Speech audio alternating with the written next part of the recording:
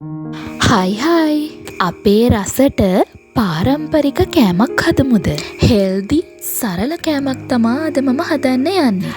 අපේ අත්තම්මලාගේ කාලේ හදපු රසම කෑම જાති මේ වෙද්දී ටිකින් ටික අපෙන් ගිලිහිලා යනවනේ. එක්ක ඔයාලත් හදලා බලන්න කුරක්කන් තලප. මුලින්ම ඔයාලා කරන්න ඕනි වතුර එකක් ලිපේ තියාගෙන හොඳට උතුරව ගන්න. ඊළඟට අපි නටන උණු වතුර එකෙන් ටිකක් වෙනම පැත්තකින් තියාගෙන කුරක්කන් පිටි ටික එකතු කරගමු. මොකද වතුර වැඩි කරගන්න එපා. මම ගත්තේ කුරක්කන් පිටි ග්‍රෑම් 400 පැකට්. එතකොට මට මේකට වතුර මිලිලීටර් 500ක් ඕනි වුණා. හරිම ලේසි. වතුර එක නටනකොට ඒකට අපේ කුරක්කන් පිටි ටික දාලා ලුණුත් එකතු කරලා හොඳට මික්ස් කරගන්නයි තියෙන්නේ. කියන්නේ මහා කරදරකාරී ලොකු වෙලාවක් යන කෑමක් නෙවෙයි. අපේ කුරක්කන් පිටි ටික හොඳටම මික්ස් වුණාට පස්සේ අතේ ඇල් වතුර ටිකක් ගාගෙන රවුමට අපේ කුරක්කන් තලප ටික හදාගමු.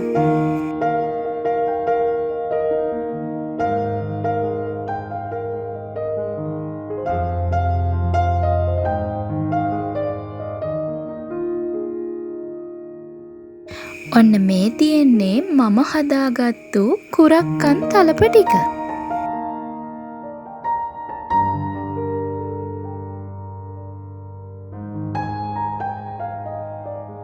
කුරක්කන් තලප කන්න උකුවට රසට මස් හොද්දකුත් හදමු. ඉස්සර නම් දඩ මස් හොද්දනේ හදන්නේ. ඔන්න ඉතින් අද මම හදන්නේ කුකුල් මස් කරියක්. මුලින්ම වළඳක් ලිපේ තියලා තෙල් ටිකක් එකතු කරගන්න. ඊළඟට ඒ තෙල් ටික හොඳටම රත් වුණාට පස්සේ ලූණු, සුදු ලූණු, කරපිංචා, අමු මිරිස්, තක්කාලි ඒ වගේම රස වැඩි කරගන්න කුරුඳු පොතු කෑලි 2-3කුත් එකතු කරගන්න. අපේ ලූණු ටික පොඩ්ඩක් ෆ්‍රයි වුණාට පස්සේ මම මස් ටික එකතු කරගන්නවා.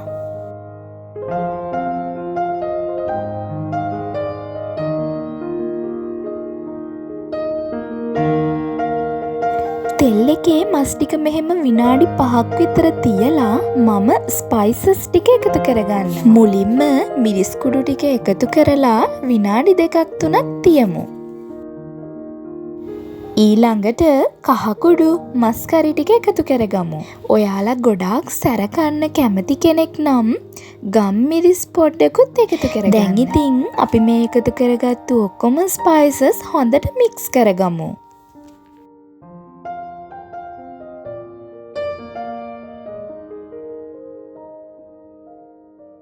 ඊළඟට මම වතුර එකතු කරගන්නවා. මම අද මේ මස් ඔද්ද හදද්දී පොල් කිරි චුට්ටක්වත් එකතු කරගන්නේ නැහැ. වෙනදා අපි මස් හදනවට වඩා ටිකක් වතුර වැඩියෙන් තියාගන්න.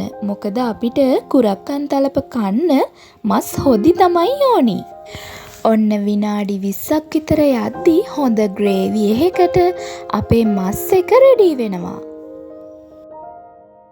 ඔන්න ඊළඟට අපි කුරක්කන් තලප කන්න පරිප්පු හොද්දකුත් හදාගත්තා. හැමදාම බත් කනවට වඩා ඔන්න ඉතින් ඔයාලටත් පුළුවන් මේ වගේ සරල කෑමක් හදලා බලන්න. වීඩියෝ එක බලන ඔයාලා හැමෝගෙම ඉල්ලනවා ආදරෙන් මගේ YouTube channel එකත් එක්ක එකතු වෙන්න කියලා. ඒ වගේම කුරක්කන් තලප හදලා කාලා තියෙන ඔයාලා අමතක නොකර කමෙන්ට් එකකුත් දාගෙන යන්න. Thank you for watching.